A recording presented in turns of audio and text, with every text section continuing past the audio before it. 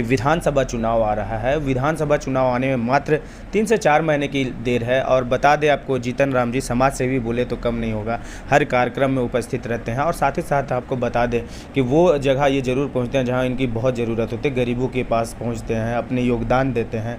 आज गली नुक्कड़ हर जगह पर अगर विधानसभा चुनाव में दूसरे चेहरे की अगर कोई बात हो रही है विधायक छोड़ के, तो जीतन राम जी की बात हो रही है। सिमरिया में बात हो रही है तो जीतन राम जी की बात हो रही है। लोग इन्हें देखना चाह रहे हैं। अगर भाजपा में कोई पूरी तरह से संलिप्त है, हर जगह पे पहुंचते हैं, हर कार्यक्रम में पहुंचते हैं, तो जीतन राम जी का ही नाम आता है। अभी वो मेरे साथ हैं, उनसे मिलाएंगे और जानने की कोशिश करेंगे। स्वागत है सबसे पहले भैया। आपको भी स्वागत है और आपके माध्यम से जितने लोग देख रहे हैं उनको भी हम अपने ओर से हार्दिक स्वागत करते हैं। भैया सबसे पहला आज हम लोगों से इसलिए मिलाना चाह रहे हैं, आपसे रूबरू कराना अपने दर्शकों से चाह रहे हैं कि हर गली नुक्कड़ में विधानसभा चुनाव आने वाला है और आपकी नाम जोरों पर चल रही है। और इससे बता दें कि सिमरिया में वर्चस्व भी भाजपा का रहा है और अभी वर्तमान जो विधायक हैं वो भी भाजपा के हैं। तो किस तरह से इस विधानसभा चुनाव को आप देखते हैं? देखिए, हम एक्चुअली लंबे समय से भारतीय जनता पार्टी के साथ काम कर रहे हैं कार्यकर्ता के रूप में, और हर एक जो है सिमरिया चतरा ज़िले के पूरे क्षेत्र में जहां हमारी ज़रूरत पड़ती है कार्यकर्ताओं की, जहां हमारी ज़रूरत पड़ती है हमारे जनमानस में, आम जनता के बीच में, चाहे वो जो दुख हो या सुख हो,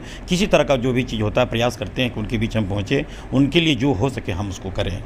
बात ऐसा है जीतन राम जी कि आप तो अभी विधायक जो हैं आपके पार्टी के ही यहाँ पे किशुन कुमार दास जी हैं, और लोगों के बीच कहीं ना कहीं अभी आपके नाम चर्चा है। जहाँ भी नवयुवक हैं वो आप कहीं ना कहीं आपके नाम बीच में आ रही है।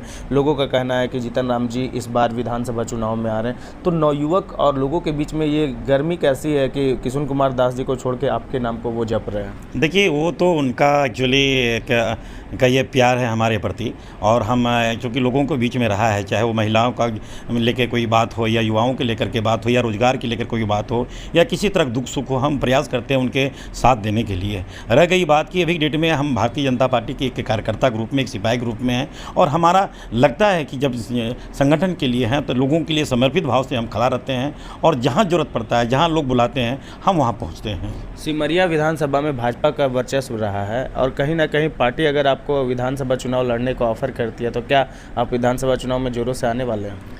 निश्चित तौर पर अगर पार्टी हमको उस लायक समझती समझेगी और हमको अगर मौका देती है तो निश्चित तौर पर हम खरा उतरेंगे, और जो यहाँ का जनता का जो मतलब विश्वास है, जो आशा है, उसको हम पूरा करने का प्रयास करेंगे।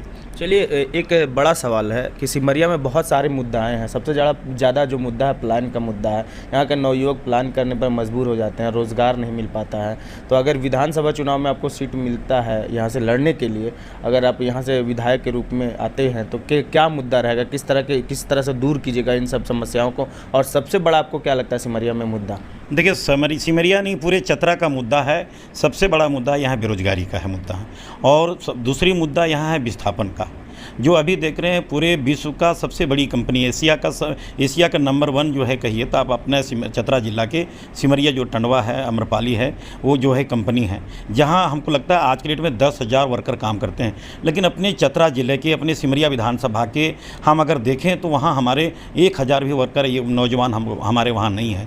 तो निश्चित तौर पर कहीं ना कहीं ये पीड़ा होती है हमको भी कि चूँकि जब हमारा ज़मीन गया है, इस क्षेत्र के लोग प्रभावित हुए हैं, विस्थापित हुए हैं, और लोग यहाँ का धूल मिट्टी खा रहे हैं, अपनी ज़िंदगी जी रहे हैं, और लोगों को रोज़गार नहीं मिल पा रहा। तो एक बड़ा मुद्दा हमारी नज़र से वो है, और हमारा प्रयास रहता है शुरुआत से और आने वाला दिन में भी रहेगा कि अगर लोकल जो लोग हैं, जो कि झारखंड सरकार, इवन भारत सरकार के भी यही मुद्दा है, कम से कम 75% लोकल लोगों को उसमें रखना है, और उसका हम मांग भी करेंगे। उसके लिए चाहे जो भी करना पड़ेगा, जितनी लड़ाई लड़नी पड़ेगी, हम लड़ेंगे उसके लिए। चलिए, अभी हम जीतन राम जी से मिला। उन्होंने साफ तौर से कहा कि अगर हमें भाजपा हम पे भरोसा करती है, भरोसा जताती है, तो कहीं ना कहीं मैं उसके लिए तैयार भी हूं, और जब तक भरोसा नहीं जताती है तब तो ये कार्यकर्ता के रूप में हरदम भाजपा के साथ जुड़े रहेंगे। लेकिन ये क्लियर कर दिया है कि भाजपा अगर इन पर अगर भरोसा जताती है तो ये पूरी तरह से आएंगे और नवयुवकों का जो यहाँ का विस्थापन की जो समस्या है उन्हें दूर करेंगे। साथ ही साथ सिमरिया में बहुत सारी मुद्दाएँ हैं जो यहाँ पर समस्या के रूप में उभर कर आती है। यहाँ कोल जो चतरा में हमारा है, वहाँ पे भी जैसे भैया ने बताया कि बहुत बड़ी बड़ी कंपनियां हैं, लेकिन यहाँ पे अभी 1000 लड़के वहाँ काम नहीं कर पाते हैं। तो उस पर भी ये लड़ाई लड़ेंगे। नवयुवकों के लिए एक बड़ी समस्या को दूर करने के लिए लड़ाई लड़ेंगे, ज़मीनी लड़ाई लड़ेंगे, और साथ ही साथ विधानसभा चुनाव की तैयारी में लोग लग चुके हैं। लेकिन मैं आप सभी को बता देना चाहता हूं कि जीतन राम जी जैसा कैंडिडेट शायद ही आपको यहां मिल पाए, और जीतन राम जी खुद पूरी मजबूती के साथ उन्होंने कहा कि अगर पार्टी जिस दिन भरोसा मुझ पर जताएगी मैं उस पर पूरी तरह से खरा उतरूंगा। लेकिन देखना ये होगा कि अभी वर्तमान में भी यहाँ भाजपा के ही विधायक किशुन कुमार दास जी हैं, तो सीट अब किसकी तरफ जाता है ये सबसे पहला मुद्दा होगा। अगर सीट जिन्हें मिलता है, टिकट जिन्हें मिलता है, वो यहाँ से लड़ेंगे। तो कैसा लगा खबर ये ज़रूर बताइएगा। मैं हूँ रवि कुमार और आप देख रहे हैं मामले न्यूज़। धन्यवाद।